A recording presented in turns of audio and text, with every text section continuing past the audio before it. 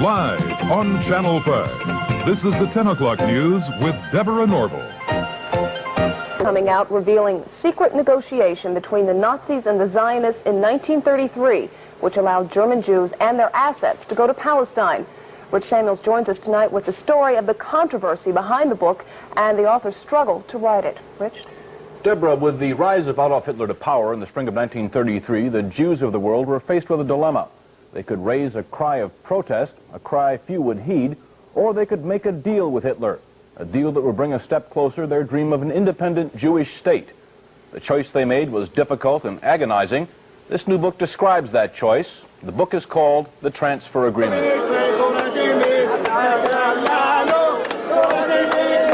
This is Israel a few days ago, the season of Passover.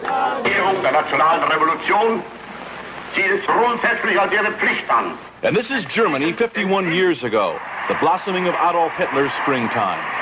A key factor in the vitality of today's Israel, the book's author argues, was an agreement reached in 1933 between a group of Zionists and the man who would later try to kill every living Jew. The great irony is that Adolf Hitler became the chief economic sponsor of the State of Israel.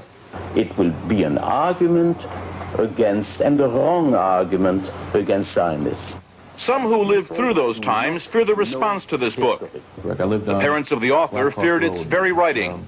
When your son came to you and said he was going to write this book, what were your feelings about his undertaking? I told him he's not my son anymore. Why did you say that? I told him I'm going to sit shitty. As though he were dead? That's right. I told him I don't like it. Because as being a Jew, I didn't want something to uncover on my own people. I was buried in a grave with 27 people. I was 7 times captured. Edwin Black's parents are Holocaust survivors. For what? My parents never talked much about the Holocaust. Just Edwin Black, to fill the void left by the silence of his parents, has written this book, a dense, detailed chronicle of the early months of 1933. January 30th, 1933. Hitler becomes Germany's interim chancellor. The Third Reich has begun.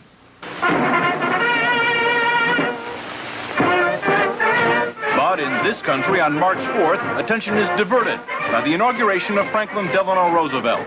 More power to you, President Roosevelt. The entire country's behind you, thrilled with hope and patriotism. But ominous headlines tell what's already happening to the Jews of Germany. The protest of American Jews was heard almost immediately.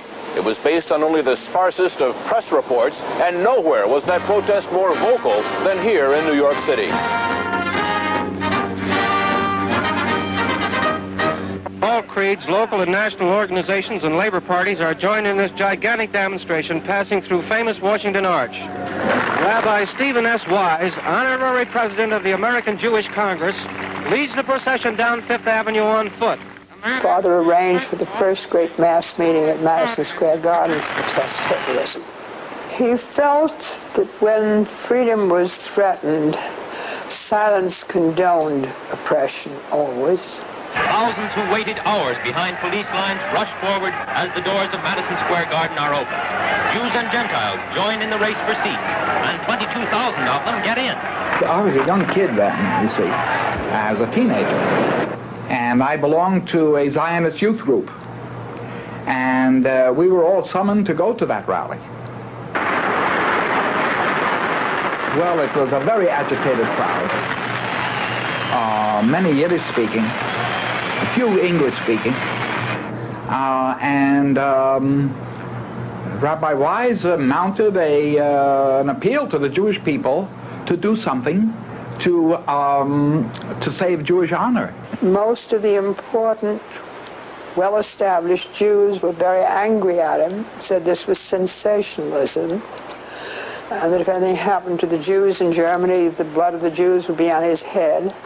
Dr. Stephen S. Wise, rabbi of the Free Synagogue and a national leader of liberal thought, speaks in behalf of the Jews of the United States. This is not a Jewish meeting. This is the conscience of America making itself felt.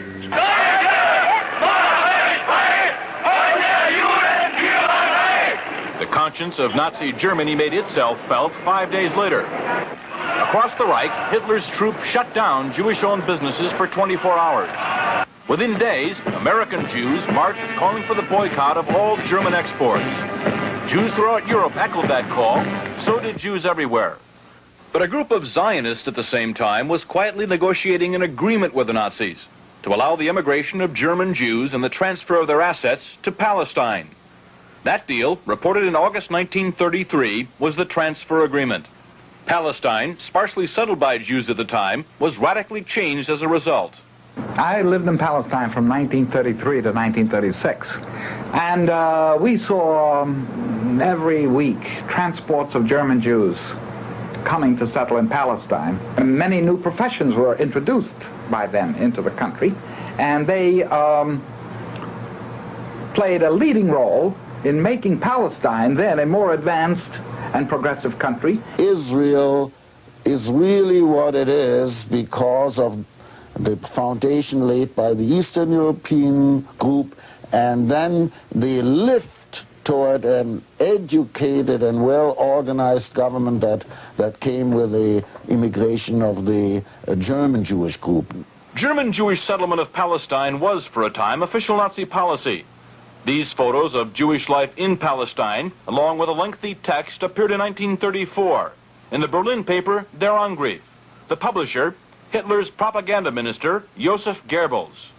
A Nazi Visits Palestine was the title of the multi-part series. A medal was struck by Goebbels in commemoration. On one side, the swastika. On the other, the Star of David. Hitler demanded one concession for the transfer agreement, that the call for a boycott of the Reich, raised by Jews here and elsewhere, be rejected by the Zionists. The Zionists made that concession. And so, while Nazis were marching in Germany,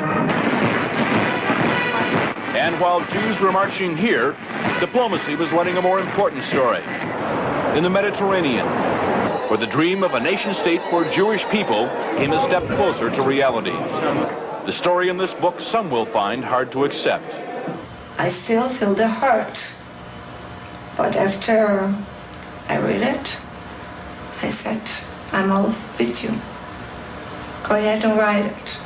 Because everything was exactly what happened, and that's the truth, and you cannot deny it. And the truth must prevail. And I'm not worried by the people who will find the book in bad taste. The smart people, the intelligent people, the people who went through will understand. The author is torn between two profound feelings. That he has to be for a Jewish state, and that the silence which his parents have kept, well, he has to retaliate against that silence, and he takes it out on others. It was a quest. It took me around the world. Financially, it depleted me. Emotionally, it drained me. And as far as my being a Jewish person and understanding my Jewish identity and my relationship to Israel and the Holocaust, it has fulfilled me. It has given me identity. That he tries to exorcise his own demons by creating ghosts to visit the nights of others is really a very personal drama. And my only hope is that he will not damage the people, the state, and the brethren and sisters who he proclaims to cherish. Did you find what you wanted to know? Yes, I know what happened, and I know why. The transfer agreement will be available shortly. Macmillan is the publisher. Deborah? Thanks, Rich. Really interesting.